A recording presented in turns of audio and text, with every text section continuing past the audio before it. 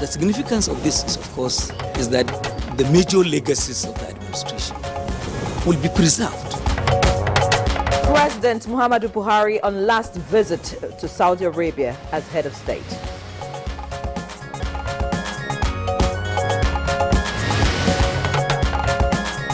Nigeria, our forecast is one of the most stable ones for this year. We have an increase, a slight increase.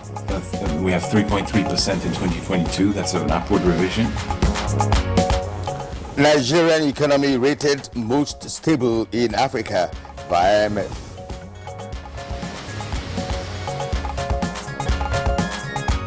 The investigative hearing, therefore, is intended to give stakeholders an opportunity to shed more light on their submissions.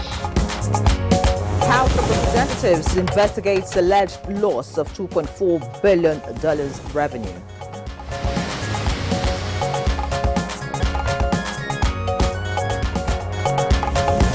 And on Good Morning Nigeria today, we shall discuss political party governance in Nigeria.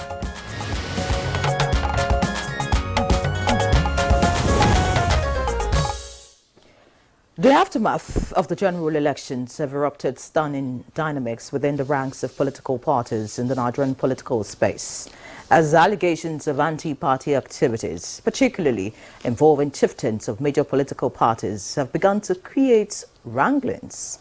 Yes, indeed. And the three major political parties, the ruling All Progressives Congress, APC, and the major opposition, People's Democratic Party, PDP, and of course Labour Party, have begun the process of instituting punitive measures against some of their members believed to have worked for the opposition for their own selfish interest against the parties during the general elections. And the investigation of anti-party activities is growing with division among the ranks of major political parties. Some of the party bigwigs who were suspected to have worked for the parties based on interest have been targeted for disciplinary actions.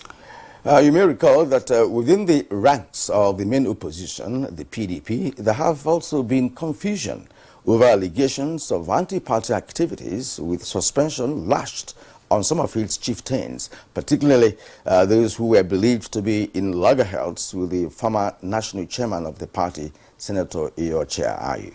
And though the acting leadership of the party has declared reconciliation moves with some suspension of its members lifted, the party is still suffering breaches of divergent interests, which largely polarized its structure during the 2023 general elections. Now, the post-election crisis in the Labour Party took another dimension last Thursday after the Nigerian police force sealed its secretariat over a power tussle among its leadership.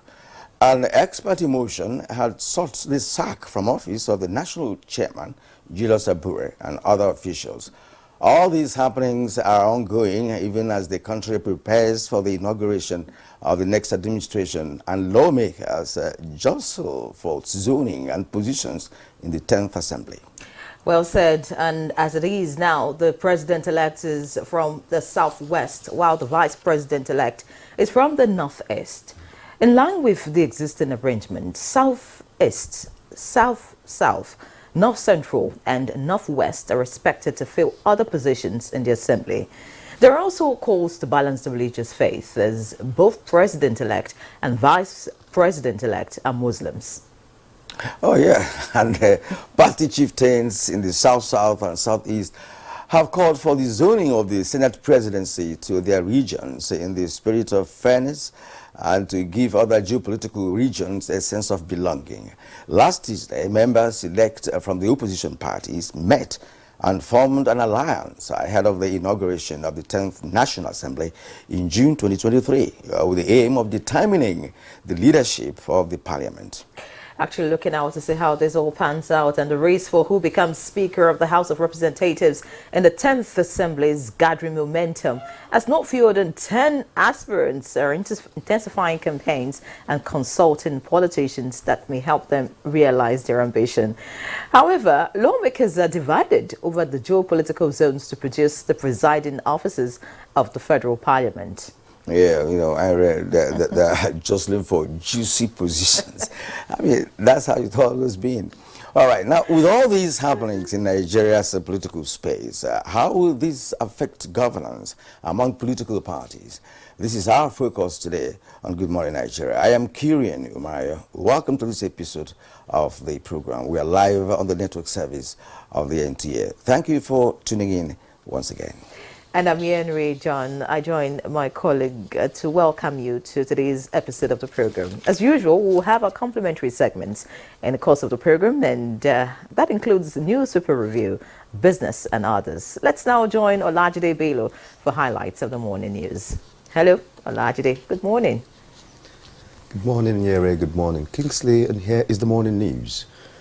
President Muhammadu Buhari is in Medina, Kingdom of Saudi Arabia, on a private visit. This will be the last he will be undertaking to the Arabian nation as Nigeria's head of state.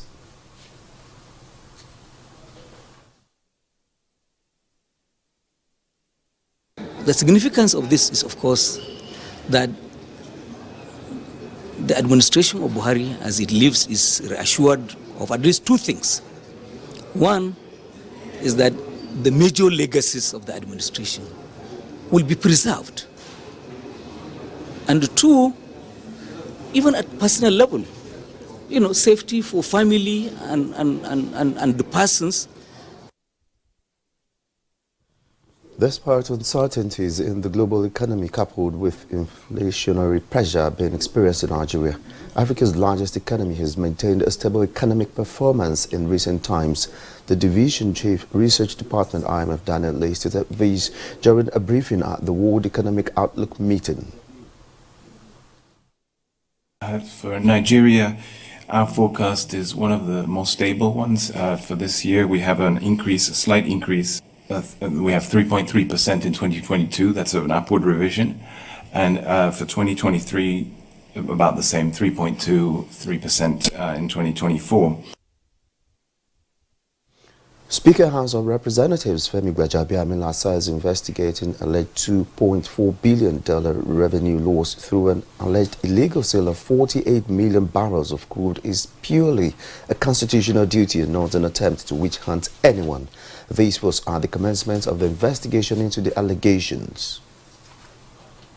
The onus is on the House of Representatives as a responsible house of the Nigerian people to carry out a thorough investigation to ascertain the veracity or otherwise. The investigative hearing, therefore, is intended to give stakeholders an opportunity to shed more light on their submissions.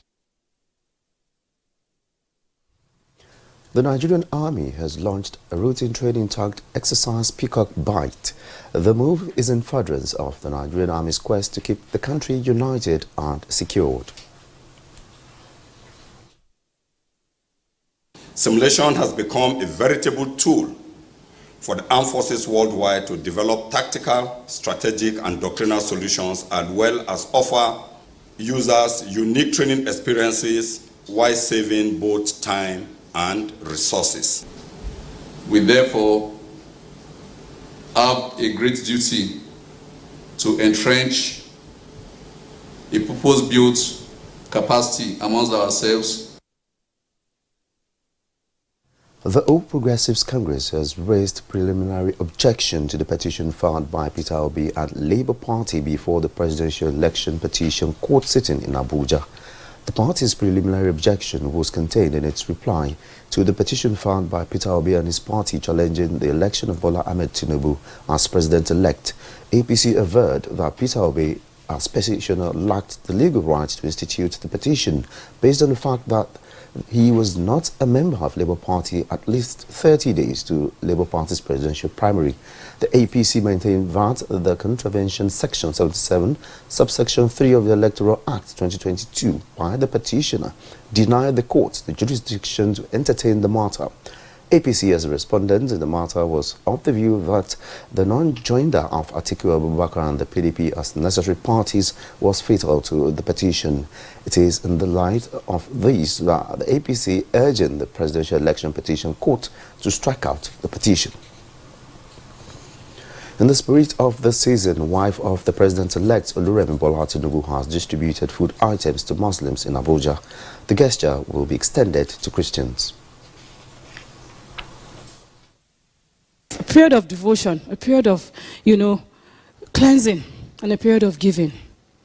Hence the need for this occasion. So they would like us to all take the time to pray for this country, to pray for President Muhammad Buhari to finish strong and for a successful transition and for our president-elect to start strong. And that's the news for now. Good morning, Nigeria continues with Kirian and Iberia after the commercial break. And I hope Kirian will still give me that title you promised me initially.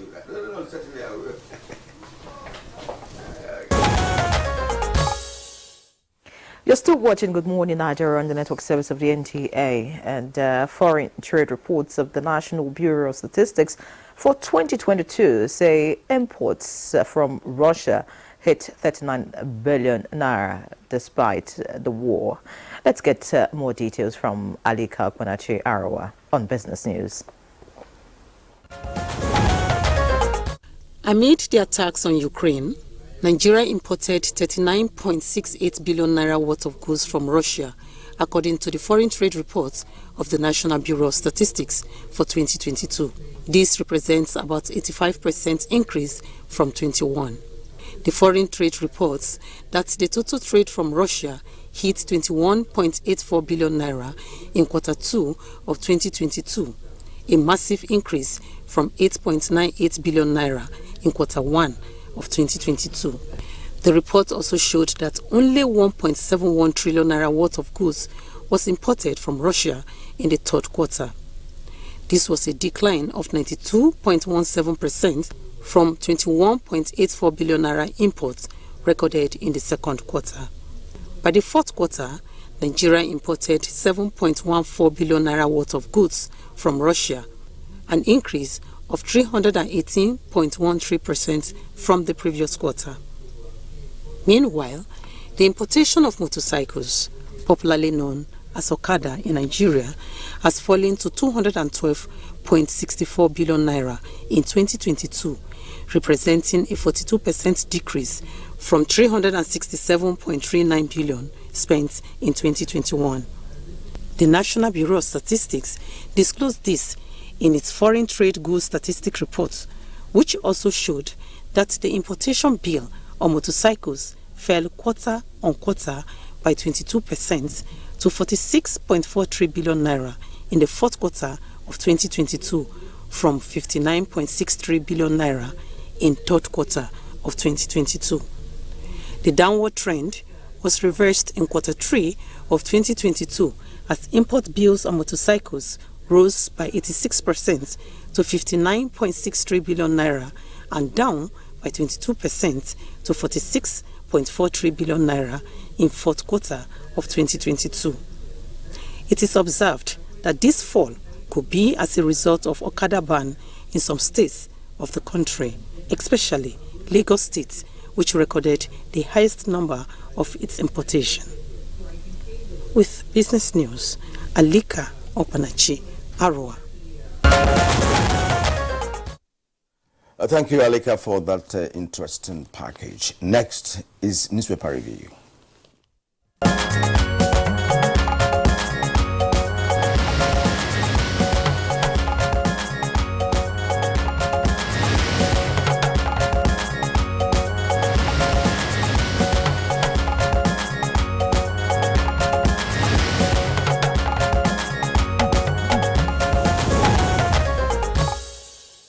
Joining us now, a newspaper reviewer, Chukwudi Okolu-Ugwaja.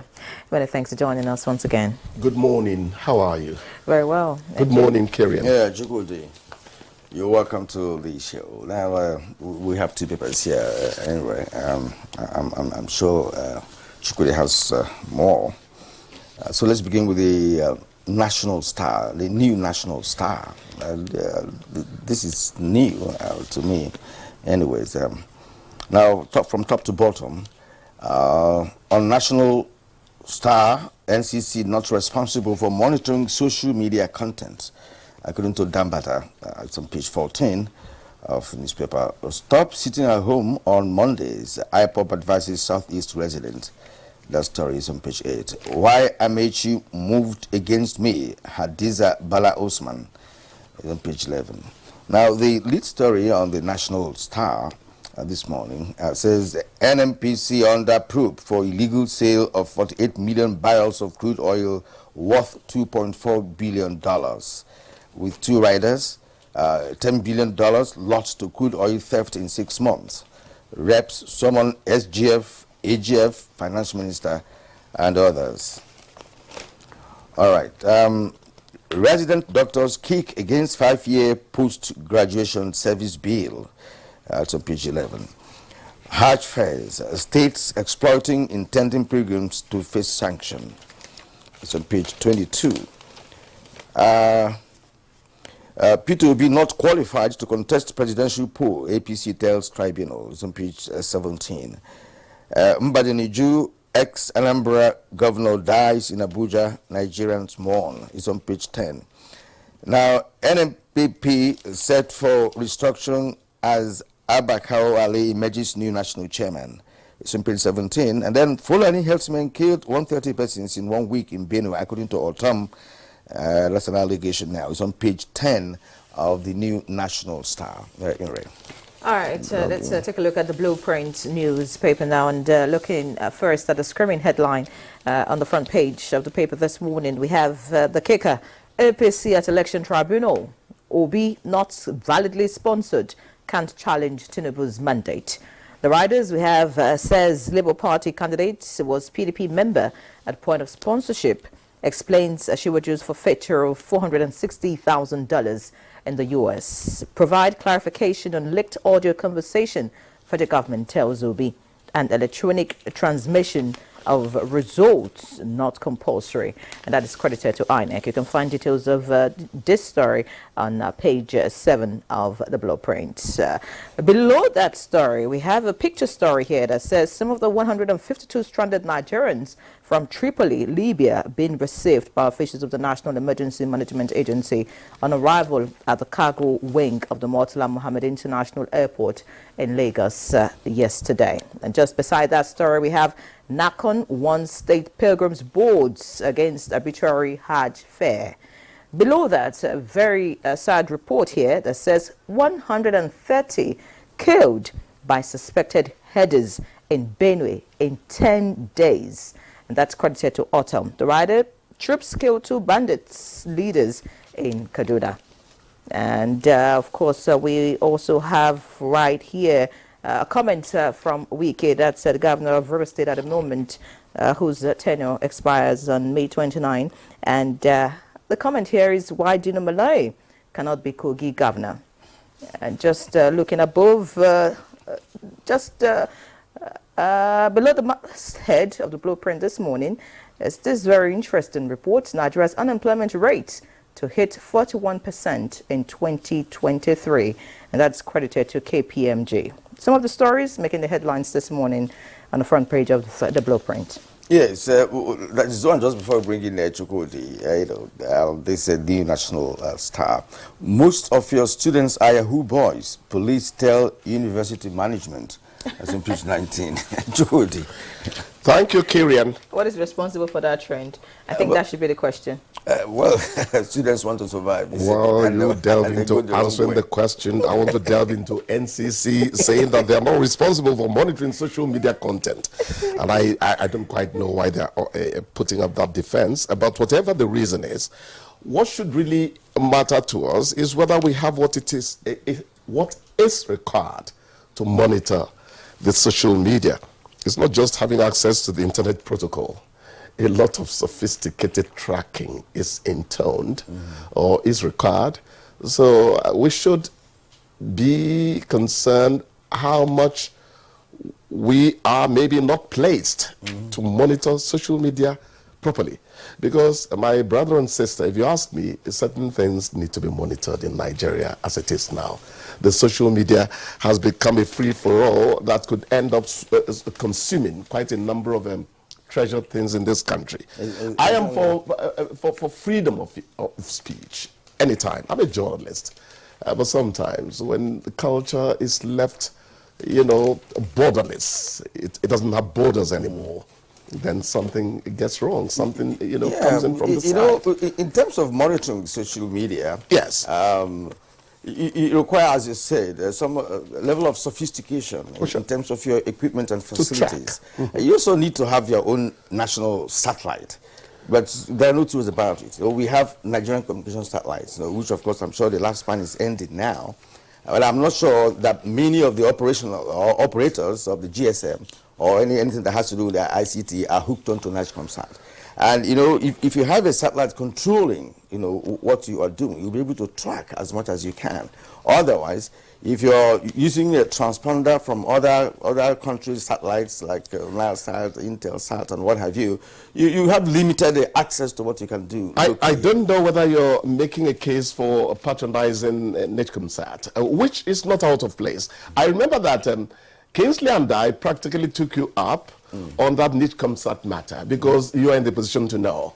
In your heyday, when you were active as a reporter, it was your forte, it was one of your strong points, monitoring what was happening in outer space.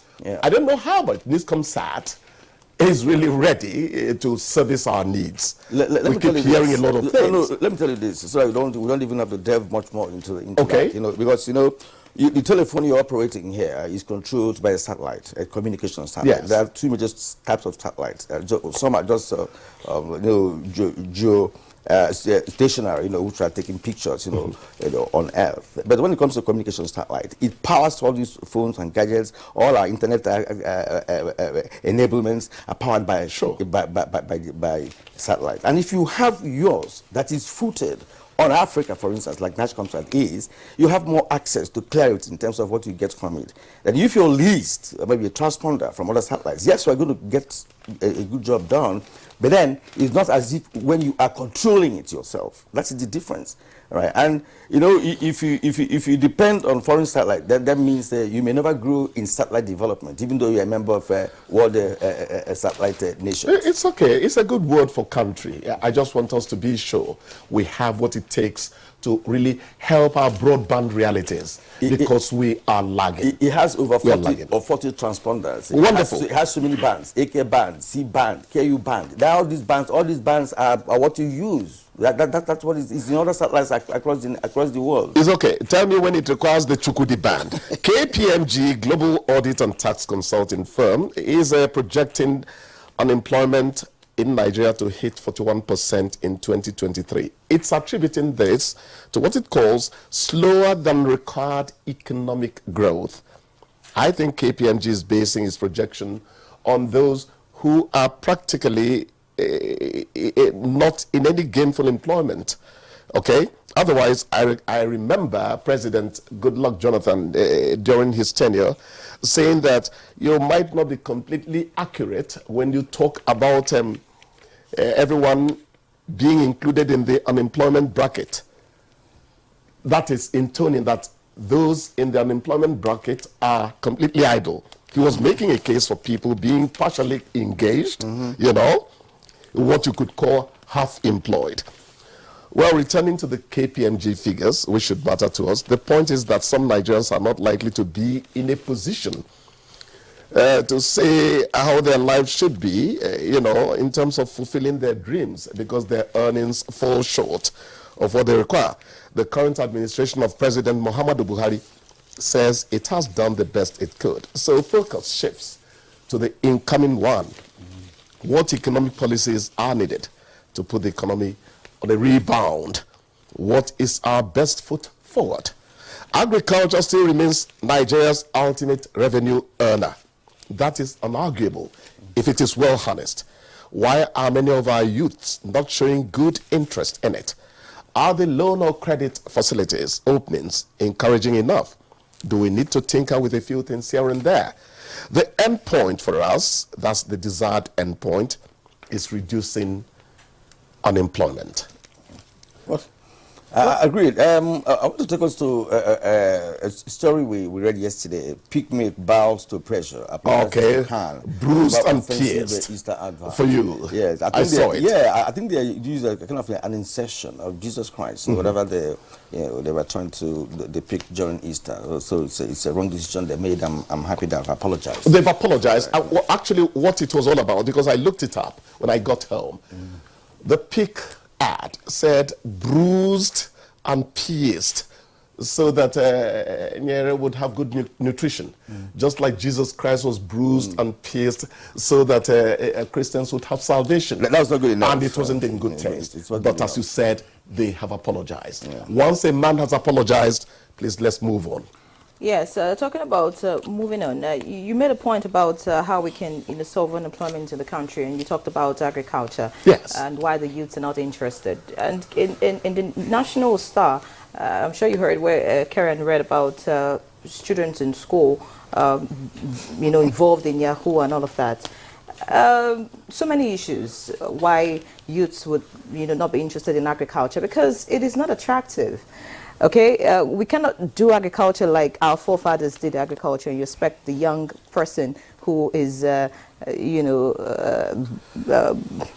well advanced as far as tech is concerned and all of that, to now go back to the farms in the village and start to till the soil and all that. So I think that if, all the mechanisms put in place by the Ministry of Agriculture actually come on stream, and they actually reach the farmers, not like we saw. I'm sure last year there were so many reports about one innovation or the other in the agriculture sector, and then we saw ghost farmers, we saw political farmers, we saw all kinds of farmers in the country. If these incentives actually get to people who are actually on the field, I think a lot of people will be interested. If agriculture is mechanized, young people will want to go into it. All right. So, but there's actually so many issues. And then, talking about the Yahoo thing and a lot of youths wanting to do other things instead of probably get your hands busy on something that is credible, it's actually because of what society appreciates.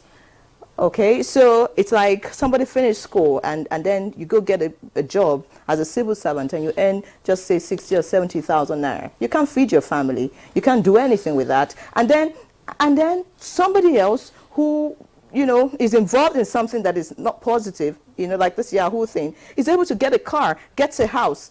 I mean, there's a huge gap. From what is positive, from the benefits of what is positive, part of what saw me through university, the fees I paid, is that I went into the bush to farm. I shot animals at night. There was a night I shot 2 wild pigs. So when people say he speaks a lot of English, I look at them and say, Father, forgive them, for they know not what they say. Agriculture stems from love from the heart. Go to my village. You hardly get anybody from my village, a boy from my village, to follow you to your farm to earn 1,000 naira for working for you for about 1 hour. The people who help our people farm are from the north. Look, do you know why? Do you know why?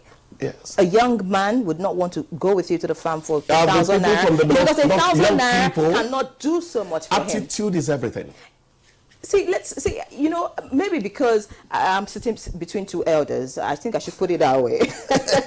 Don't sweep me to old age. You know what Claire calls me here. This is not fair. What Ira has said, makes a lot of sense. Yes. And I want to believe that there's been a lot of improvement in the agricultural sector. I want to think so. Because I was privileged to cover Akumi Adesina when he was Minister of Agriculture. The man in the bow tie. And I met a young man with abilities and capacity. Yes. And what he brought, on board, brought in so many persons. As a matter of fact, for the first time, we had data of Nigerian farmers, for instance, removing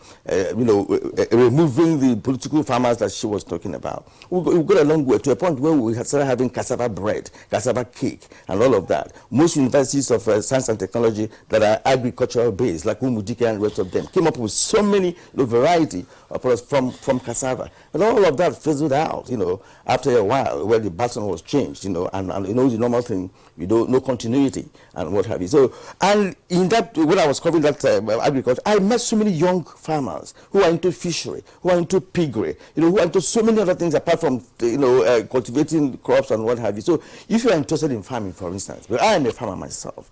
If you're interested in farming, whether it's mechanized yet or not, you can mechanize your own farm. But for somebody who is just graduating, who doesn't have startup funds, that's talking about funds exactly. When it comes to funding facility, because you need funds. Your love of agriculture will help you look for how to go about agriculture. Exactly. Time is up. Well, we are off to the end. We want to thank you once again for being here this morning and your very erudite analysis. We're going to see you again tomorrow morning.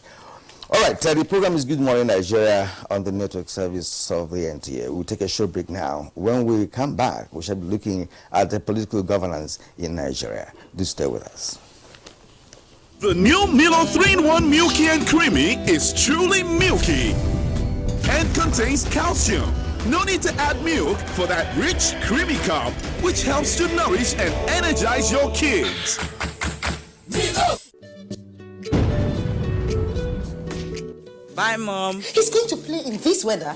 Why did you let him go? He might fall ill. And if he doesn't go out for practice, how will he win more trophies? To protect our family from illness-causing germs during the rainy season, we use Dettol soap every day. Dettol with germ defense gives you protection. Rainy season brings a lot of germs, and Dettol soap's germ defense protects you from up to 100 illness-causing germs. Dettol soap is endorsed by the Nigerian Medical Association. Be Dettol Show. All I need to say about the second River Niger Bridge, 21 years ago, as I came onto this throne, it will normally take you 3 to 4 hours to cross the bridge. I mean, if you were going to Lagos, you spent almost half your time on the bridge, and you were stuck on the bridge before you came across from Asaba this morning. Now, could you imagine how the people of Onitsha and Asaba have endured such a situation for over 25, 30 years? This is reality. So we cannot overestimate the importance of the second River Niger Bridge. To express appreciation to our President, Muhammad Buhari, for being the vehicle for the execution of this monumental project. My name is Kufre Jeremy Pats. I'm one of the empowered beneficiaries. The name of school I'm here is Government School, Abia Ponkap, Abuja Government, Akwa Ibom State. I'm a young graduate since 2015. I was after the service. Since that 2015, I went to service 15, finished by 2016. I was looking for a job. I would meet some different firms, but they cannot accept me. So I was now looking for other small business to do. I just heard the information on it that the president is doing it to have 1 million youth to empower. It was online registration.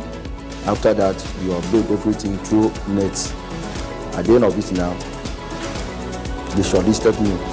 So I went for physical verification. After that, they are now giving me the post to place me to my primary assignment, ETC.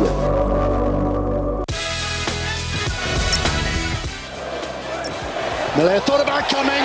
It's Wesley Fofana. Welbeck drills it and scores brilliantly. Only repel for Joao Felix, who squeezes it in. Out it goes, Gross, Mitoma. Oh, stop it. Absolutely brilliant from Brighton. What a glorious... SportyBet sponsors coverage of the English Premier League. Welcome back. It's still Good Morning Nigeria live on the network service of the NTA. It's time for a backgrounder on the topic political party governance, and this is put together by Oyeyemi Ajayi.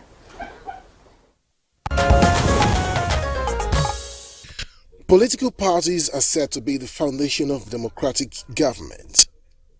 Many refer to them as custodians of democratic governance with the function of political recruitment of potential candidates in the party as well as potential leaders of the country. Over time, Nigeria has operated a democratic system of government which had remained uninterrupted since 1990 days. The operations of political parties and politicians since the return of democracy do not manifest convincing prospects of party institutionalization, which is believed to be a critical criteria for democratic growth and consolidation. The structure of the political parties said that internal democracy is virtually absent, making political parties weak and unable to effectively carry out political education and discipline, which is devoid of ideologies of founding fathers. This reveals the manifestation of our today's political parties, faced with bottlenecks which negate political institutionalization. The way and manner political parties emerge in Nigeria, especially in the recent period, tend to negate their prospects and ability to guarantee political stability and consolidate democracy, aside the cross-carpeting as well as non-conforming to party ideologies by members.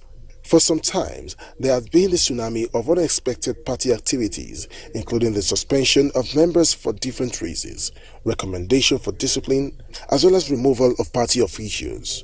What does this say about Nigeria's democracy and party governance? Will this indeed put a check on politicians and their activities? And what value will this bring to the country's political system? These are questions guests will be discussing shortly. All right, thank you for the package. And to discuss the topic this morning, we have our guests here in our Abuja studio. All our guests actually here in our Abuja studio. And I'd like to start the introduction with Dr. George Moghalu. Dr. Moghalu is the current MD and CEO of the National Inland Waterways Authority, NIWA, and former auditor of the APC, and of course, former secretary of the ANPP. So he has a very huge experience. We'd like to have him welcomed to this program. Thank you, sir, for being here this morning. Thank you very much for having me. And I also have an associate professor, Sheriff Gali Ibrahim, head of Department of Political Science and International Relations, University of Abuja. Prof, you're welcome. Thank you for having me. Good morning, Nigeria. We also have Dr. Breakforth Omobuwe. He's the DG Global Initiative for African Development and former presidential candidate, former national chairman also of Freedom and Justice Party, and the former deputy national chairman of IPAC. You're welcome. Thank you. Good morning, Nigeria. Yeah. Okay, gentlemen, it's good to have you once again. Well, the first political party in Nigeria, was formed way back in 1923, known as the National Democratic Party. Founded then by Herbert Macaulay, who utilized the advantage of the Clifford Constitution. And of course, you know that that has metamorphosed into parties as Nigeria progressed politically. Getting to the Civil War, and after the Civil War in the late 70s, it started all over again. And we had parties like National Party of Nigeria, NPN, we had the UPN, we had the People's NPP, and GNPP, and other parties. So political party formation in Nigeria has come a long way. Yeah.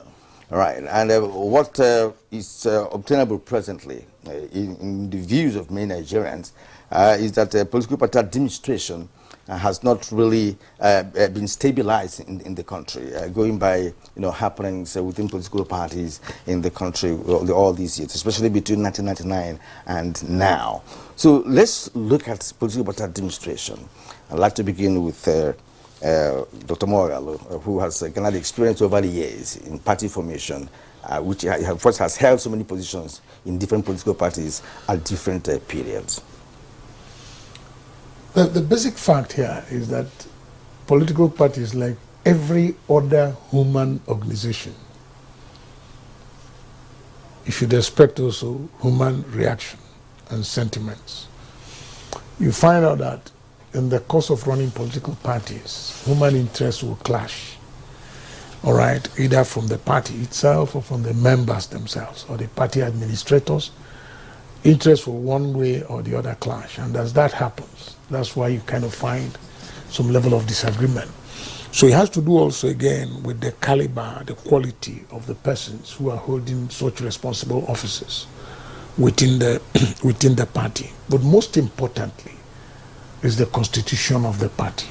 There's a ground norm, there's a guiding principle. There are things you can do and things you cannot do within a political party, just like every other serious organization.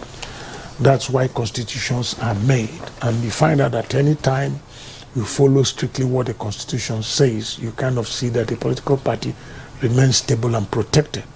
But the moment you want to short circuit or you want to go outside or cut corners, go outside what the law clearly says, the disagreement now shoots up, and then people will now disagree. And then again, you have a problem. But again also, like I did say, it has to do with the quality of the persons who are administering these parties. Because you are expected, no matter what your personal interest is, to be seen to be very neutral, to act as very neutral, to be in a position that you can earn the confidence of the party members, to be in a position where you can call party members, or you take a position and they'll say, in all sincerity, in all honesty, he or she is fighting for the interest of the party.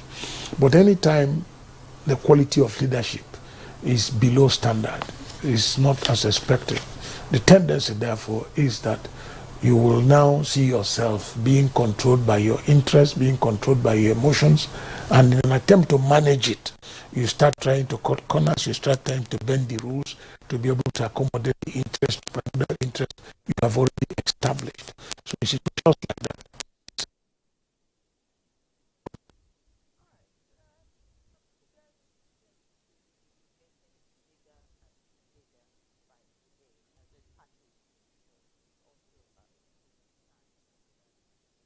Female hygiene. It was great. A lot of questions fell on the care of some of our internal organs. Yes, we believe in serving you just what you asked for. And so this week, our focus will be on loving our inner organs better. And then we're beginning to hear about them, just like we have always heard about the PDP and the APC. And that leads me to my question, Associate Professor Sharif Gali Ibrahim. You're a political scientist, and I'm sure you've studied the political landscape and how our politicians behave in this country.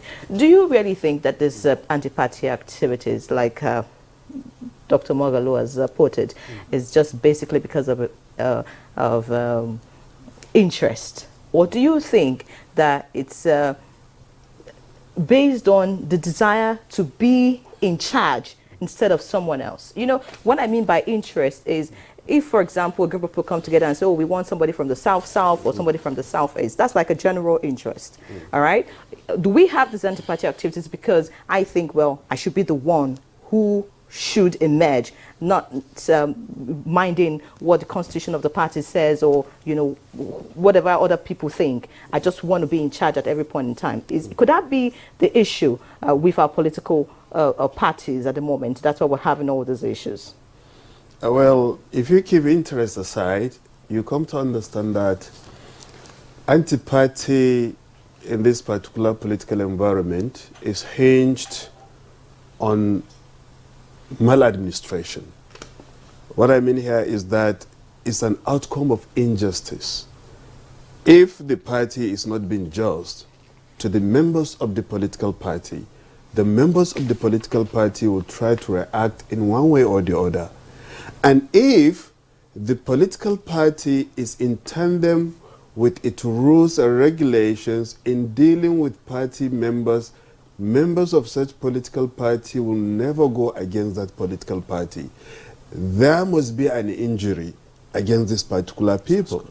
Because just like that, it is not just interest per se, because I have an interest to go against my party. No. Definitely in one way or the other, the administration, those who are responsible to govern the political party, have failed to govern that political party in a manner expected, even by the party constitution. So once the leaders, the governors of a political party aberrate its veritable constitution and tenet, then there is likelihood to expect what is called antipathy among its members. And this arises as a result of what I call demeritization. Demeritization in the sense that not every politician could make a good leader. Because everybody, even a madman, could be a politician. Okay, I'm here, I'm registering, to be a member of this political party. And I want the mandate of the people. So a madman could disguise in a political attire and seek for political office. So, but leadership, some people say leaders are born leaders, but sometimes leaders are also made through perpetual and constant training. So therefore, if the governors of political party fail to govern, they expect all, resentment as well as reaction and protest from other members of political party. So demeritization, if you bring people who cannot govern, who cannot lead people, who cannot coordinate, who cannot organize, who cannot manage and conduct that political party in a manner expected, then there has to be a protest, especially if the party, as I earlier made mention, is being unjust to those particular people. So the way, a manner to protest against such injustice is to go against that particular party, and we make sure that that particular party fails. Then apart from this, there is this issue of ideological deconstruction. Ideological deconstruction here, I mean, why we have all this crisis. If you go, for example, you look at critically the United States, the Republicans have their own ideology.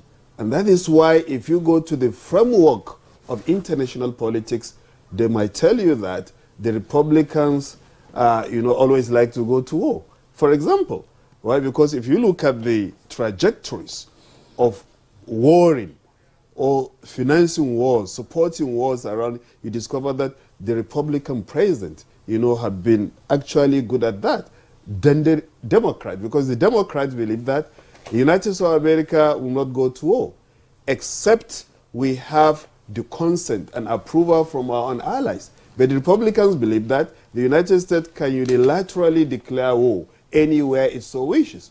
So the ideology in the Democrats as well as the Republicans is quite different. But what I want you to understand is that the doctrines, the American doctrines, for example, Eisenhower, Biden, Trump, Obama, and the rest of them, the doctrine of United States of America has remained the same. Domestically, only with few changes, but in terms of on the world stage, the doctrines of the United States of America geared toward the foreign policy has been the same. Now you come back, for example, to communist China. It's one ideology, regardless of the leader. Chairman Mao, Deng Xiaoping, Jiang Zemin, Hu Jintao, Xi Jinping, current leader, is the same ideology, the communist ideology, and that is the instrument that will drive China to greater height.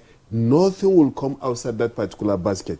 If it comes, it is to actually to metamorphose into good for the people of China. If you come to Nigeria, for example, the parties, you look at them, the ruling party, the opposition parties, you cannot see a clear-cut ideology that drives their governance and even membership. So these are some of the crises, and this is peculiar to third world nations, because they have the ideology, but sometimes they get outside the box as if that is not what they believe in. So this creates crisis, among these political parties. Then you discover that the administrators of political parties, they favor others against others. Cronyism and favoritism, which in itself is corruption.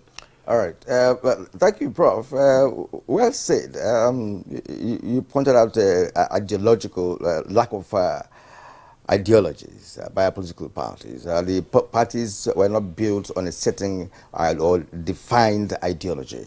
One of the contestants in the last election, did say that there's nothing like ideology in Nigerian politics, because every party says the same thing.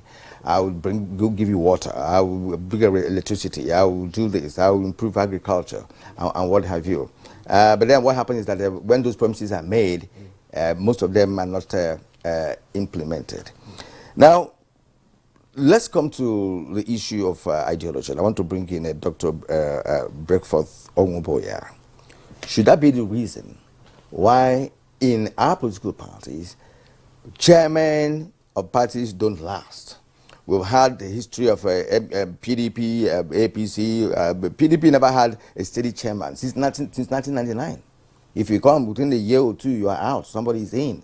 That has continued.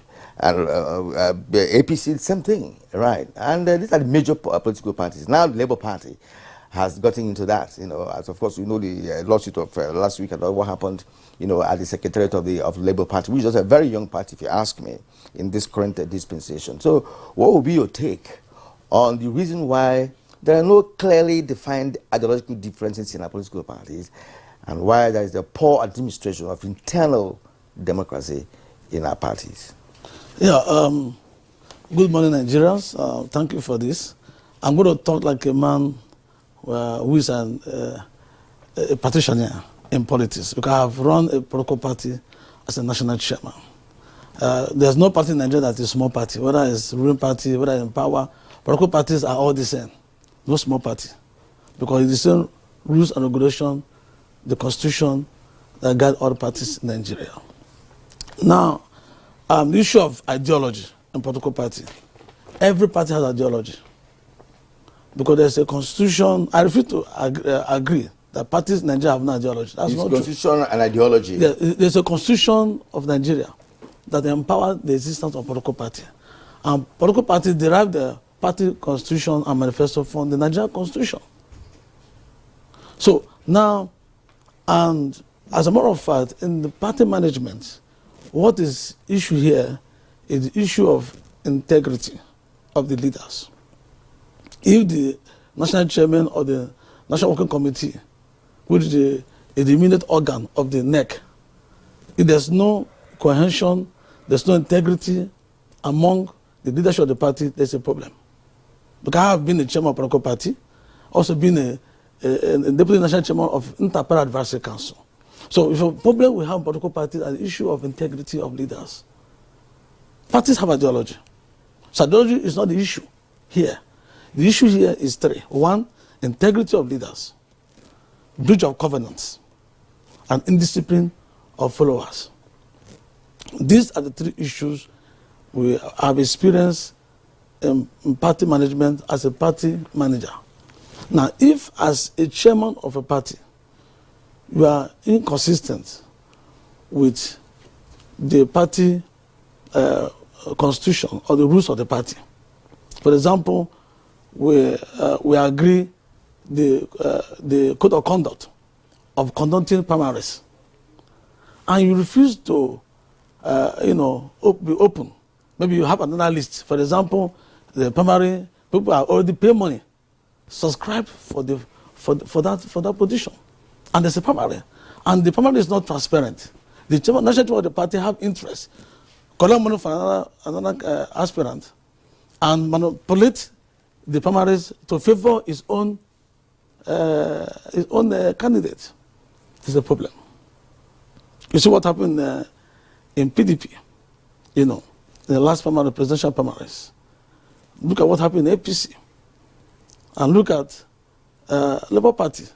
P2B was not the initial presidential, He said that somebody stepped down for him. So, but you see, even they went to the place, I didn't step down.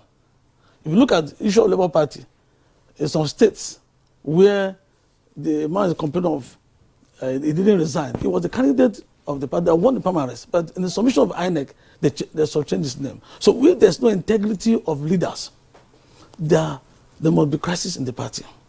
And two, if the followers are not disciplined to follow the rules of the party, there's also a problem in the party. For example, people come to a party, get a ticket in the party, win the election, and create crisis in the party to move to another party. So there's a problem of indiscipline. So the ideology is there, it's not an issue.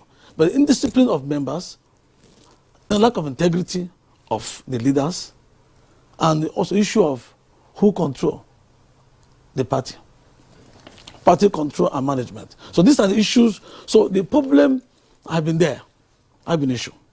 So until Nigerian politicians become disciplined and follow the rules and regulations of their party. You are talking about discipline, and Yes. I'm happy you said you've managed a party. Yes. Right, and of course served in IPAC, or still serving, I don't know. Whatever the case may be, you talk about integrity. What about funding of the party? Because for you to control a party in our political landscape, you know, you need to be funding the party. And if some individuals are funding a party, it's a clear fact that there will be detecting the tone, you know, detecting the tone of the party in terms of choosing persons that will serve in different positions of authority within the party hierarchy. So how do you fund parties here? Because members don't contribute any money to fund the party. Some individuals come together to fund the party. And what happens is that they become kind of an emperor. No, you see, political party administration, one person cannot form party. I'm talking about funding. Funding. One person cannot form. Funding of party come from various sources. You know, people come together to form. May we know the sources? Yeah, yeah. So, for example, the initial owners of the party come together. They contribute money to register the party. What parties are registered? Membership drive continue. People subscribe to be a member of the party. That's another way of fund comes to the party. An area of selling of forms. Party get money from selling of forms. People subscribe for interest and buy forms, like Labour Party.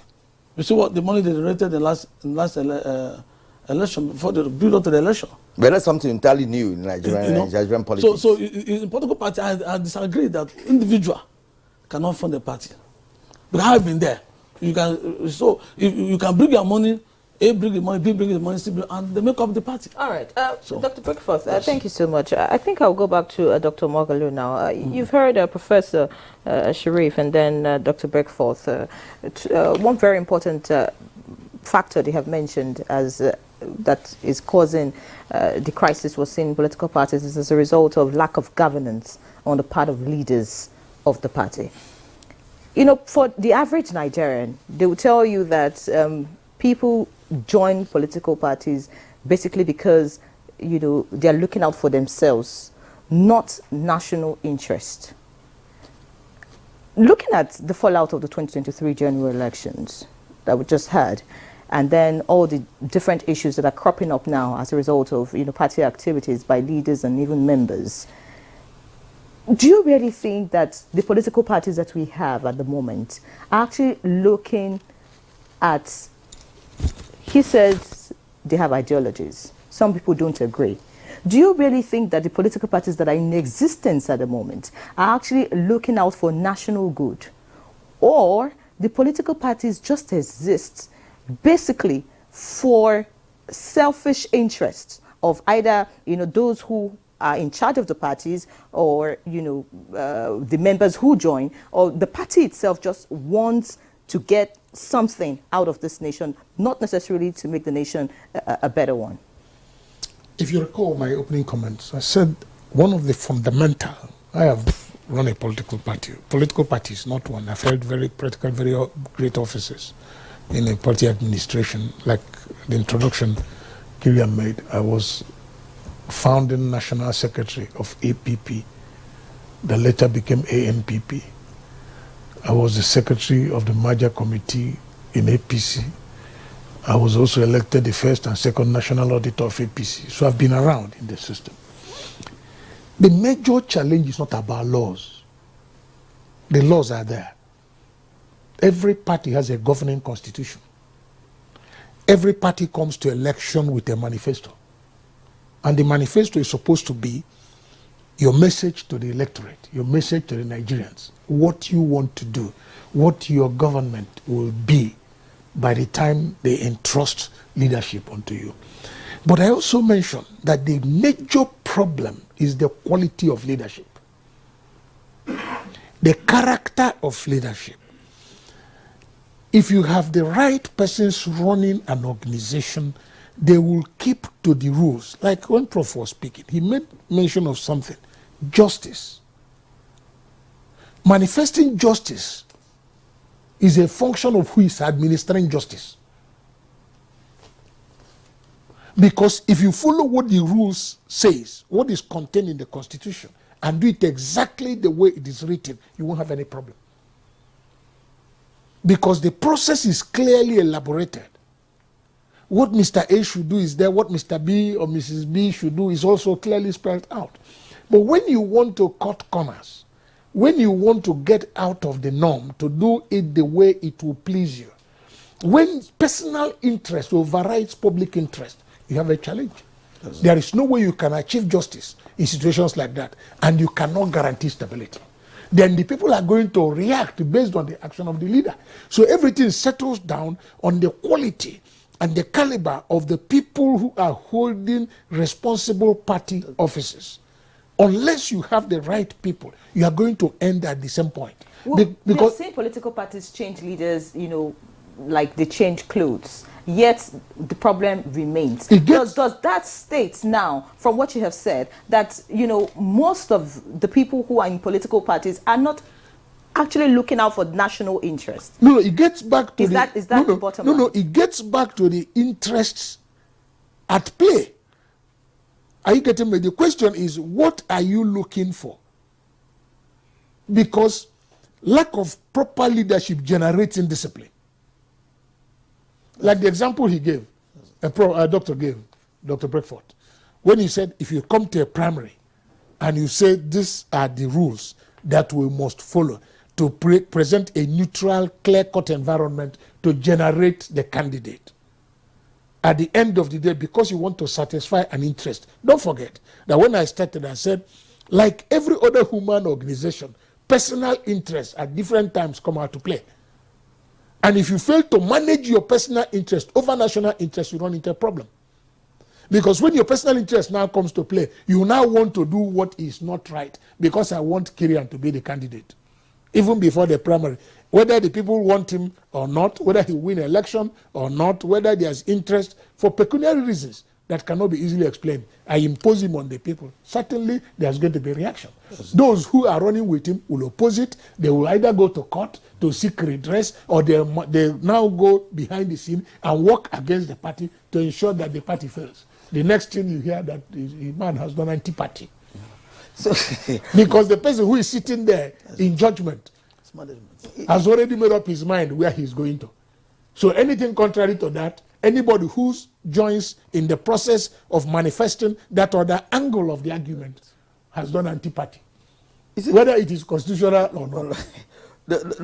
You know, does it now mean that Nigeria does not have credible men and women that can be trusted to run political parties? No. Because when we begin to have, an elastic, problematic political parties, nothing ever worked. Look at PDP, for instance, in this last election. What happened? You have the G5 and stuff like that. And somebody said, if the presidential candidate comes from the north, I'm going to, resign to balance the equation. That never happened. The party went in disarray. They also had issues of raising funds, during the primaries. Some funds were raised unnecessarily, and some of them were even shared among members, and some of them returned the funds and all that. What have you? So when we talk about indiscipline, and we are talking about persons who have been in politics for decades with good experience, yet they cannot handle a party. So who is going to do when you say integrity, quality? Where is it going to come from? From heaven? Who are the individuals? Sir, I'm coming, but I want Sheriff to come in here. Who are going to be those individuals? You say integrity, quality, and what have you. Yet we've not had it in all the parties. So where are those that have integrity going to come from? And when you say you have ideology, if your party has an ideology, I don't think you go against the law of that party. You don't have to go against the law if you have an ideology. You don't say no because it's against your ideology to go against your party constitution. But because everybody wants selfish interest, I want to be there, I want my man to be there, Moala has to go there because he represents us, he give my daughter a job, and what have you. That is what is happening. So we are worried, Nigerians are worried to say, look, when are we going to have good persons to manage political parties in Nigeria? There's crashes everywhere. Even in the ruling party, there's crashes. You are a member of APC, you know the issues that you have at the party level, right? How do you tell Oshomo leave power and what have you? So these are consistent party wranglings, you know, and if like innuendo at some point. So Sheriff, please just come in here to say, look, what have you learned about the character that we have in the Nigerian political characters we have in the Nigerian political space? Well, I will go back to, let me say, bureaucratic decoupling. Bureaucratic decoupling in the sense that we have political parties, they have written laws, they have constitution, but nobody cares to even go by the constitution. And when you allow people to govern without a direction, without that particular written laws, you know, into play, people will be so loose, and people will do whatever they wish, and they will become dictatorial. So the issue of integrity, the issue of having people to do what they are supposed to do is all hinged on the constitutional provision. Just as Doctor said, the constitution, you know, is there. He also said the ideology is there. But do they follow the constitution of the party? Do they follow the ideological principles? These are the argument. Now, for example, if you go against the party constitution, you'll be summoned in the United States, regardless of the position you occupy. Once you go against the party constitution, you'll be summoned. Either you are in the Congress or wherever you are, you'll be summoned, and you will answer questions. Sticking to the party principles is what kept the Communist Party moving in China, for example. But here people have personalized power and authority. Personalization of power is a kind of decoupling from the bureaucratic model. The written laws are there, but nobody follows. If you go back to the party crisis of PDP, for example, that led to the formation of the G5 and the hitherto G7, you know, when before, under Goodluck Ebele Jonathan, you know, there were series of, events that led to the formation of these particular groupings. And finally, they left the party, if you go back to the G7. And people tend to be so dictatorial. They impose, if you go back by the Labour Party, for example, I, being the chairman, I have to choose who is to contest for this post. Even those who have been chosen by the people have given them their mandate. But no, I, being the chairman, either I've been bribed or otherwise, I send the person whom I want to represent that particular political party. What sort of political party does that? Political organizations should purely and truly represent the people. And in another case, there is a party as a structure. But you being a member of a political party or a stakeholder, you are dictating to the party that the chairmanship or leadership of the party should come from this particular state or this particular region. Now I'm going back to PDP. What really led to the PDP chairmanship crisis? That no, the chairman has to come from this particular region or from this particular state, dictating and even leading to anti-party. So the issue of justice, which we formerly argued, and now again, there could be another reason which might result to anti-party due to what you call selfish interest. And people tend to be so dictatorial, dictating, you know, on people what should be done in a political party. So a political party, to thrive, it must abide by the tenet of its constitution. Anything lower or below this, it might result to dictatorship. It might result to unconstitutionalism. Then another issue I want to bring to the fore is judicature and this constitutional ambiguity. You have crisis in a political party. The leadership of the party will fail to resolve the crisis. Then we go to the court, for example, and the court, the interpretational ambiguity. This court will say one thing and the other court will say different, as if we do not have one constitution in the country. So this, if you look at, for example, the issue of Machina, you know, and the rest of them, you've been in Nigeria, you look at this particular case clearly, you begin to wonder, in what kind of political environment do we live, do we exist? Because we have party dictators, those who want to shape the happenings, you know, in a political party. And whatever that goes against the mandate of the people, remember, it will not yield a good outcome politically. Why? Because those people know that the system has been unjust to them. The people who actually give their mandate, those who go voting, they also know that the system has been unjust to them. So what do you expect? You expect political epilepsy in one way or the other. These are the issues. Yes, and we actually have epileptic political parties actually existing at the moment. Not like Prof has put it, really, because, you know, I mean, they're just everywhere. Okay, you have raised very valid points, and then you have answered my question clearly, you know, what I've been looking out to hear, that these parties or these dictators who run these parties are not actually looking out for national interest. He said it in clear terms. It's their selfish interest, personal, and that's why they have personalized power. So I'd like to ask Dr. Breckforth, now that we have, you know, come to this conclusion that, you know, dictators are running the parties and making the parties epileptic, and, you know, I mean, the political parties in this country, I mean, a lot of questions concerning them. And then now the fallout of all of this malpractice or malpractices by the parties has resulted in the punitive measures we're beginning to see. Immediately the elections were over, let's use 2023 elections, we started seeing people suspended, court cases flying around here and there, and all of that. Dr. Breckforth, is this the way to go? I mean, going forward, because Nigerians are looking forward to having, if we do not have credible political parties, we cannot have credible leaders emerge. That's true. That's correct. That's so going forward, having issues, you know, this punitive, I mean, what really is the way forward with all these issues? Yeah, I must say here that it's very sad what is happening in our political environment. We will not address this matter until there's a legal framework to review the formation, administration, and funding of political parties in Nigeria. Because just as Prof said, these political dictators is a major problem. I remember when I was national chairman of my party, the chairman of board of trustee of my party, with other national working NWC, came together to remove me as national chairman. They want to dictate, because the chairman of POT, but doesn't have certain things. I was trying to make sure that we do the right thing. So this is a major problem.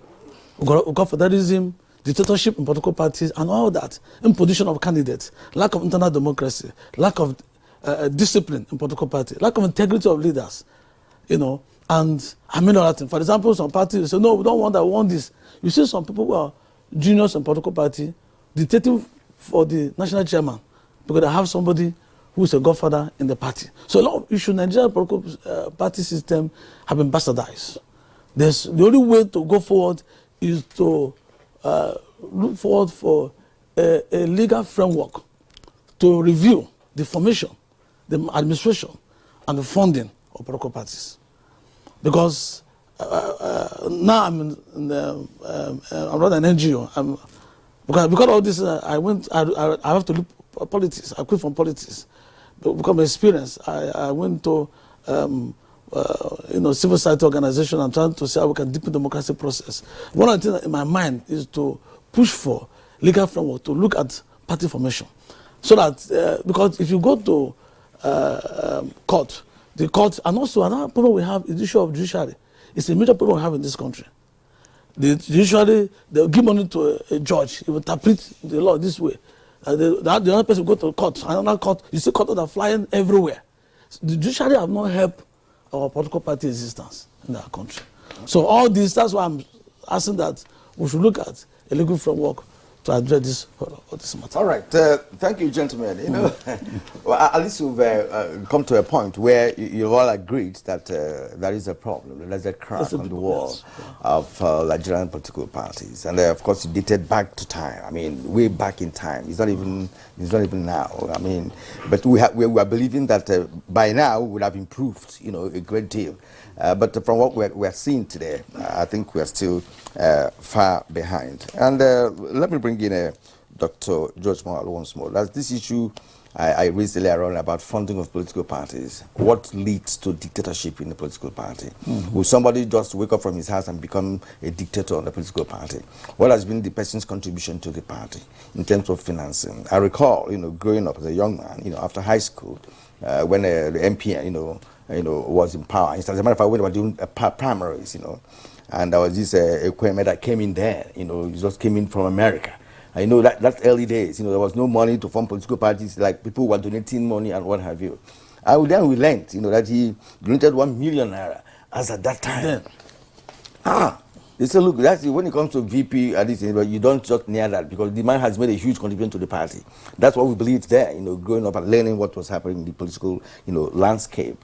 Right, but that has also continued. We learned that some presidents of this country that's known to have been sponsored by a particular, maybe ex-governor, ex-this, you know, even the APC, about the Buhari election in 2015. You know, Buhari, of course, we know he's not a rich man. All right, but people, you have to campaign around the nation, isn't it? So people put their money on the line for it, you know, and ensure that he campaigned around the nation and emerged as president. So money plays a key role in this. Oh, sure. Yeah. So before we go into what is happening currently after the election, perhaps because we're going to also look at the Senate formation, the 10th Assembly, and what have you. But for now, how much does fund play a role in parties that lead to dictatorship, and it's me or never? If anybody tells you you don't need money to play politics, then he's still asleep. He has not woken up. You need money. If there are 3 indices to run a political party, to win an election, money is primary. But the law is also very clear as to how the money can be generated. And I've taken time to read all the constitutions, at least of the 3 major political parties when I was in party administration. It is clearly spelled out. Yes, donations are acceptable, but there's a limit. There are membership dues that are bound to be paid by members. Are they paying? Some are paying. Because I remember when I was National Secretary, when we wanted to do primaries, we asked candidates, we want to see the membership register of the party in the various local governments or the states. And one of the things that determines membership is your membership dues. So what they usually do then is that you find candidates rushing back to their constituencies and paying up for members, going to their houses, giving them, then it was about 100 naira or so we were paying, about 100 or 150, and then giving them to go and pay, because if the members, as far as we are concerned at the headquarters, if the membership register comes and there is no commensurate return in terms of fund with regards to the names that are submitted, then it means there's a problem there. So if they're sending us 10 names, they make sure they send the 150 naira into 10 to go with it, so that everybody is with the receipts attached. Fine. So the law is very clear as to how money can be generated within a party. That's why at times you find for elections you do fundraising. You invite friends, you invite members of the party, people make contributions so that funds can be raised to enable you to Now, what leads to dictatorship in a party? Yeah, lead to process. It gets back again to the individuals. It gets back again to their interests. It gets back again to those who, I see, there are situations where people sponsor you into an office with a laid down program and agenda. Are you getting my point? So it has to do with the person. So when you have a leader who is altruistic, a leader who is determined to leave a legacy, and he comes and follows what is spelled down, at the end of the day, you get good result. I remember also when we needed funding, and what we now did was we called a meeting of all those that were elected on our platform. He said you have to make contribution to the party. And on their own, our members of National Assembly agreed on what they will be giving the party from their salaries. Every first, it was judiciously delivered by the National Assembly, Senate, House of Reps. We now took it down to the states we are controlling. Political appointees in the state. I remember that I think the commissioners then were paying either 30 or 50,000. Either 25, to the party coffers. To the party. So that the party can be independent and the party can be sustained. Because we wanted to avoid a situation where one man pays the piper. Exactly. Because there are people who are willing to pay the entire process. And then what justification do you now have? If a man pays the entire process, funds it from beginning to the end, he sits back in his house and says Kirian should be the governorship candidate, this man should be the senator. Once you say no, you have there's a breach of agreement. And Dr. Maralu, this thing played that in Anambra, these days in the PDP, in Anambra State. I wouldn't know because I wasn't PDP. You were not PDP, but yes. you are from Anambra State. Yes, I'm from Anambra. You know what happened then? Yes. You know, when, of course, some persons became lords in PDP. Unto themselves. All right. Yes, because, you see, apart from, you may also find out that the authority then, the leadership then, the executive leadership then, may give tacit support to somebody who becomes a law unto himself. And then you find out that, oh, the president or the governor or the local government chairman is backing George. And George is the chairman. So as far as George is concerned, the only person he desires to please is the person who is backing him. And in that situation, just like Prof rightly observed, he discountenances what the law says, what the Constitution says. Because at the end of the day, what that boss is also ready to fund the process to make sure that George does not allow Prof to emerge, even if the community wants Prof. So you find out a situation like that, you frustrate the entire process. So he gets back again on the individual and the process that throws them up. How do you elect party leaders? He also has his own role to play. If you don't elect them through an honest, sincere process, certainly you are not going to get the character of the person because there is no way you plant orange and get apple in return. If you throw up a leader through a corrupt process, he has to sustain that process that threw him up because he needs it again to bring his successor. And that is why when we now get to the middle, that's why you find out some tenors, some leaderships don't exhaust their tenor.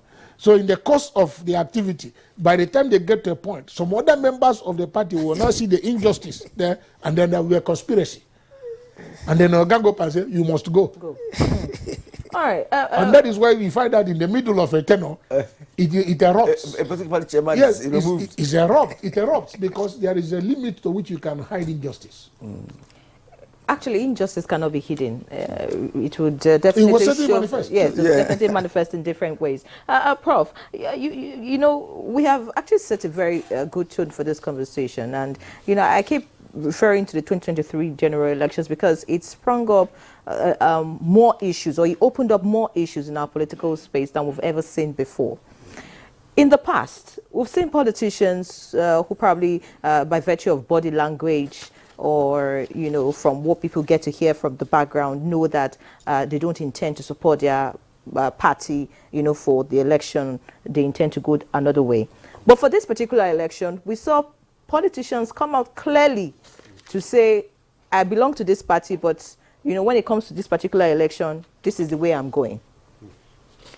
It wasn't this obvious. I mean, in the past, people just would just insinuate, oh, from the body language of this politician, we don't think he's supporting this candidate. They rarely come out to boldly tell people. But now, I mean, they don't care anymore. They just tell you, well, I belong to A and A party, but you see, I'm going A and B this time around, and I want my people to support me. When it gets to governorship election, they tell you, okay, now I have my own candidate. Now I want you to come this way. How will this pan out in terms of governance? Now, May 29, we're going to have a new set of people come on board in different states and, of course, on the federal level, at the federal level. How will this play out? Because at the moment, we've seen party members who are being suspended. And these are people, that are seen as masquerades in the party. And now some of them, different issues flying around. And then those people who probably didn't support a particular candidate, say at a particular level, supporting at a different level, how would this affect governance? Now that you're sure that in a party where you have, say, 50 members, you are not even sure if 20 are actually for the party because of, all that played out in the election. Will this affect governance positively, or would it have a negative impact on governance once a new set comes on board May 29? Disunity and lack of coherence. This result in, let's say, perpetual political misformation. Why? Because the political party is a macrocosm of the state itself, because the political party wishes to seize control of governance via the polling unit, democratic elections.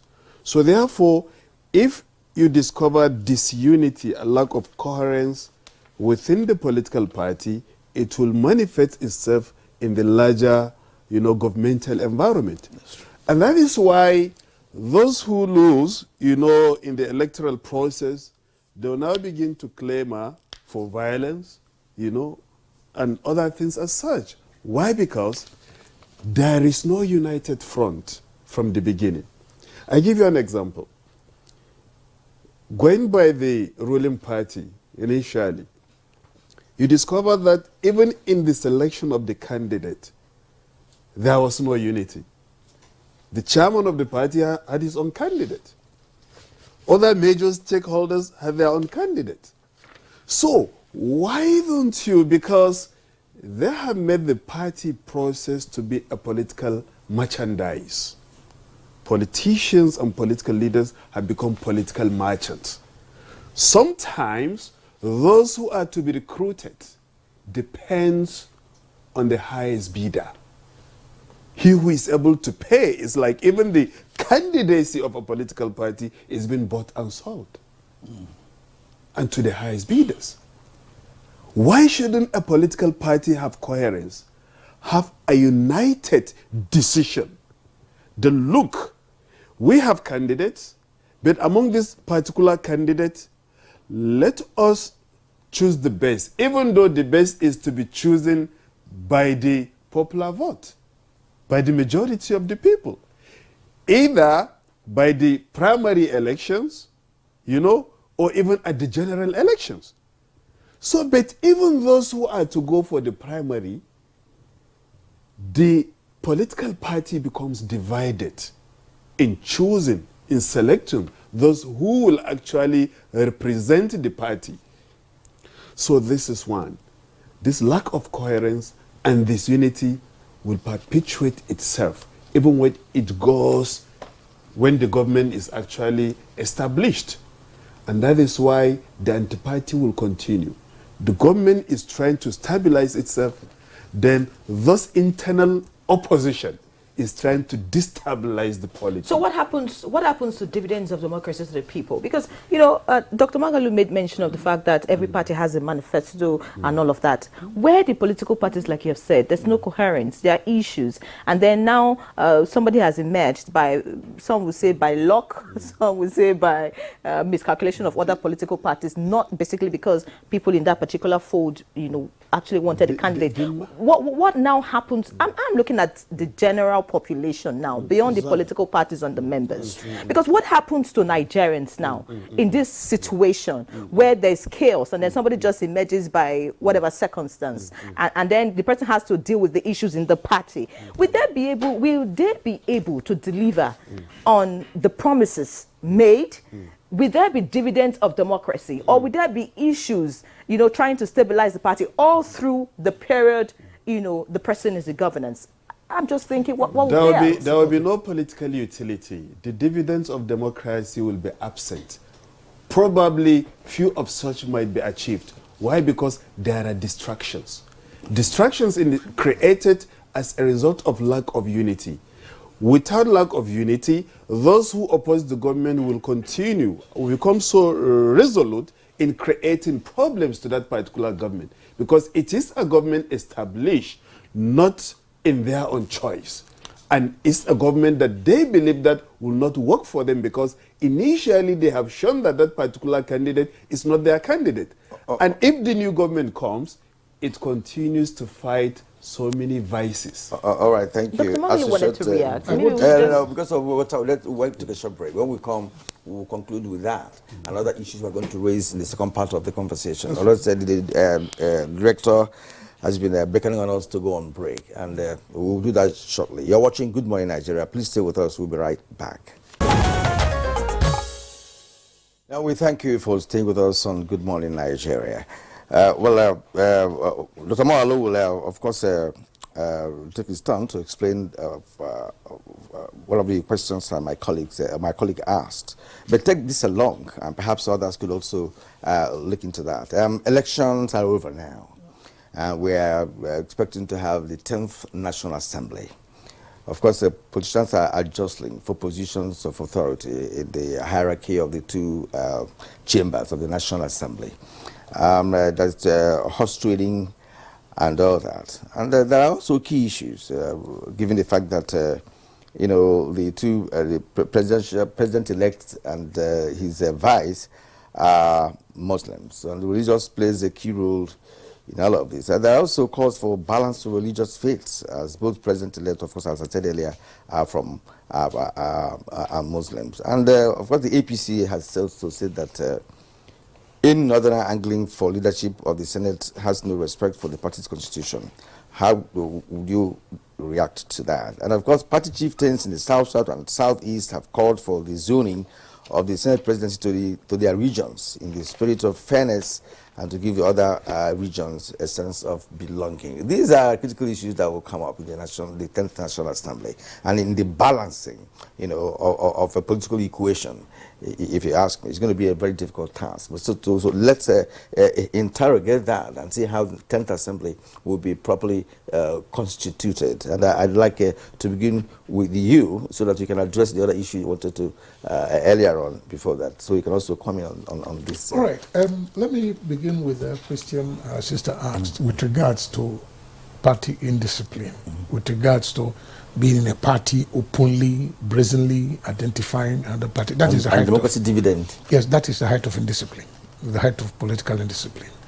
At the same time also, you must also look at the fact, what does the law say? The law is not very strong as it has to do with the campaign. Because if we had very strong laws as to the fact that if you want to leave your party to go to another party, that you sacrifice the position, the platform upon which, because we voted for you. No ballot paper has a name, but ballot papers have names of parties. It has no individual name that you have voted for on platform A, and then you now disagree to the extent of coming out open to work against the interest of party A in a public election. You should vacate the seat you're occupying so that we know you are out. So that is the height of political indiscipline. And then again, when you have situations like this, when you have, like Prof rightly said, when you lack cohesion, when you lack political unity, there's certainly no way it will not affect the dividends of democracy, because the executive is already distracted. There's a lot of distraction. There's a lot of challenge. It is either through court or uprising or whatever. There's a major distraction. That's why some of us, we are part of those who are clamoring that whatever litigation, whatever judiciary process, please let it be concluded before inauguration, so that the moment inauguration takes place, you know that the government is running straight, so that they can implement the promises they made. Because for me, both the party that won the election and the one in opposition, both are in government. One is in government to keep the promises made. The other one is in government to ensure that promises made are kept. And are kept. So everybody's in government. That's why the dividing line between the party in government and the one outside is so thin. Yeah. It's like a case of a gentleman and a madman. Okay. An idiot and a gentleman. Yes. So you can easily not find the difference. Because of time, address the other issues. Then the other issue you raised with regards to the Constitution of the 10th Assembly. Constitution of the leadership of the 10th Assembly. Like you rightly observed, there are sentiments that must be addressed, because you must look at political balancing. You must look at zones, the interest. You must use the position you have to share so that the sense of belonging will be achieved. Every zone will feel that they are part of it. You also have to look at the issue of religious balancing, because these are sentiments that are already in the political firmament that you cannot just ignore. So you must accommodate them, because you want to achieve political balance and stability so that the government can easily run smoothly. So that if you look at the positions, number them from president, vice president, senate president, deputy senate president, speaker, deputy speaker, and things like that. So let's leave the judiciary out of it because they're not political. Then we look at these positions, you now look at how do I balance it within the 6 geopolitical zones, because the 6 geopolitical zones are political, clearly established. So you know where you can say, and then you also look at how do I balance religion, because it became a major issue in the course of campaigning. It became a major issue. So when you look at those things, you must balance them so that you can have peace, so that you can have political stability, so that governance can be easy. What's your take on that? Yeah, my take on all this is the politicians must put national interests above other interests. Now, national interest is key. The unity of our country is key. The stability of our economy is key. Now, because our major problem in the past has been that the political actors are just on their self-interest. What will benefit in all this arrangement? Now, for the 10th Assembly, the political parties in power must look at balancing, that all interests are taken into account. Issue of religion is major. You cannot take that away in politics. In our country, we have 2 million religions. We have the Muslims, the Christians. So in forming National Assembly, we must look at who become the Senate president. Should be a Christian. We have the president for this, if before May 29, there's no court judgment to annul this, there's no court, if the court is still on till May 29, they are swaying this government, the president-elect, they must look at the issue of religion. The Senate president must be a Christian, and also who is the speaker, and all that, to balance, to amend, and to make sure that they will bring the country together and to heal the wounds.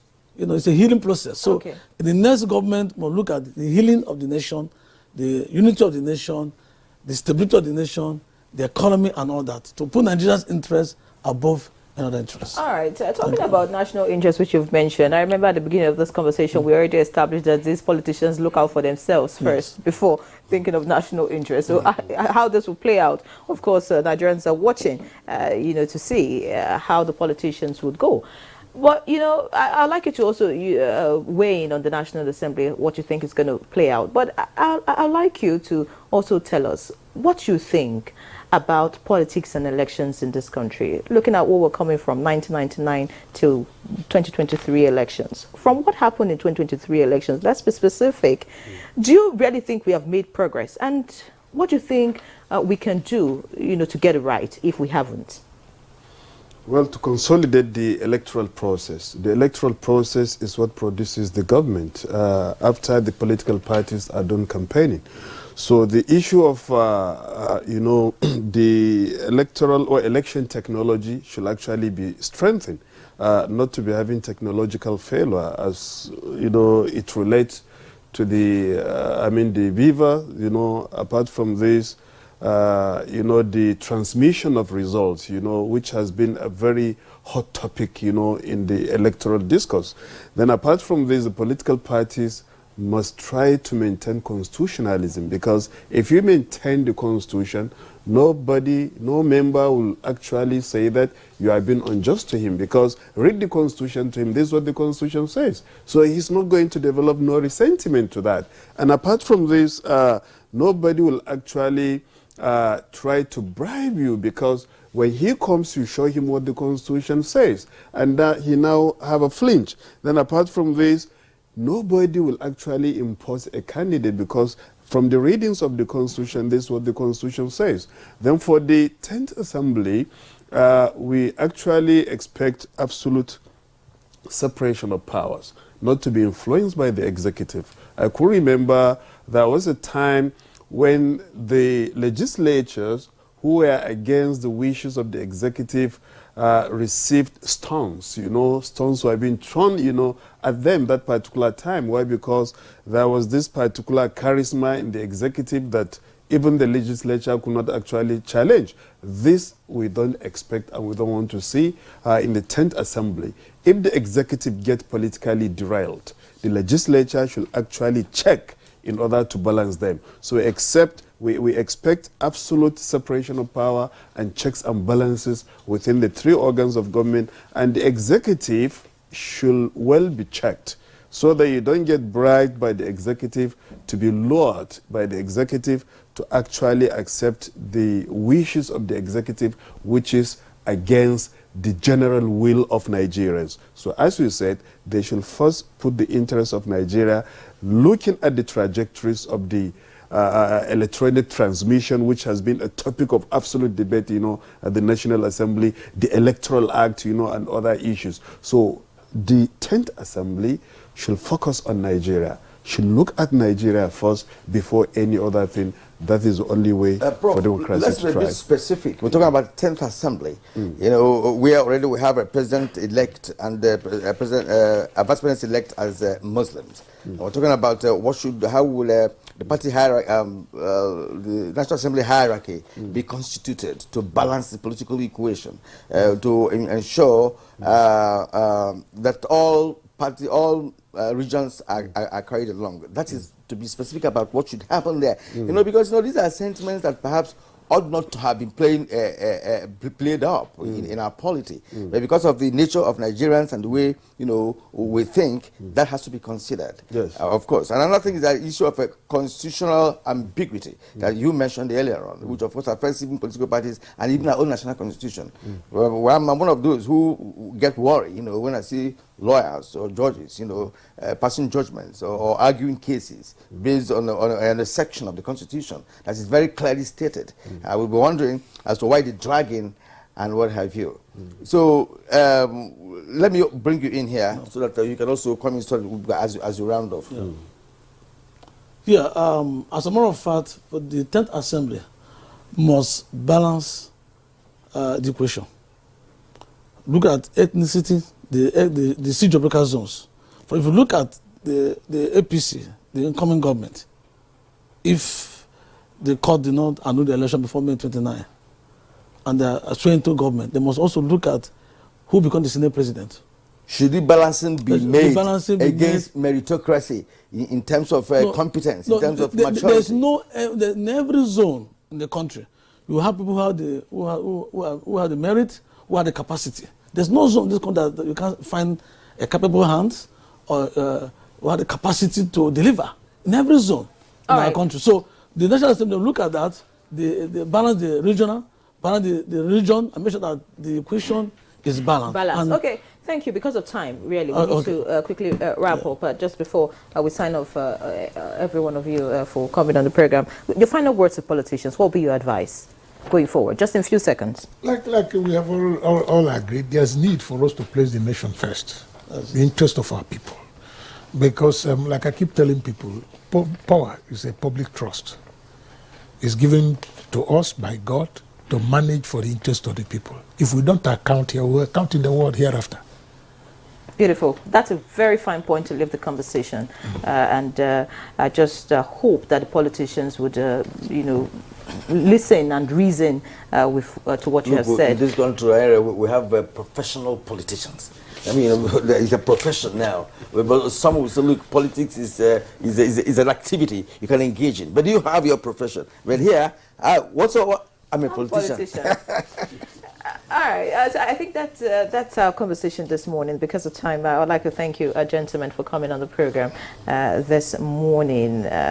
I'd like to thank Dr. George Moghalu, MD, CEO, National Inland Waterways Authority. Thank you so much for joining us on the conversation this morning. And of course, Associate Professor Sharif Gali Ibrahim, Department of Political Science, University of Abuja. Many thanks for being our guest. Dr. Breakforth Umuboya, you've been retired from politics. You're now into... I'm not in civil society activism. Right. We are working, we want to make sure we're deep in democracy. So we have seen the problem, we want to see how we can solve solve the problem. All right. What is how can solve the problem? We wish you all the best, and thank you once again, gentlemen, for being a part of the conversation. So at this point, we'll join our sports desk for update.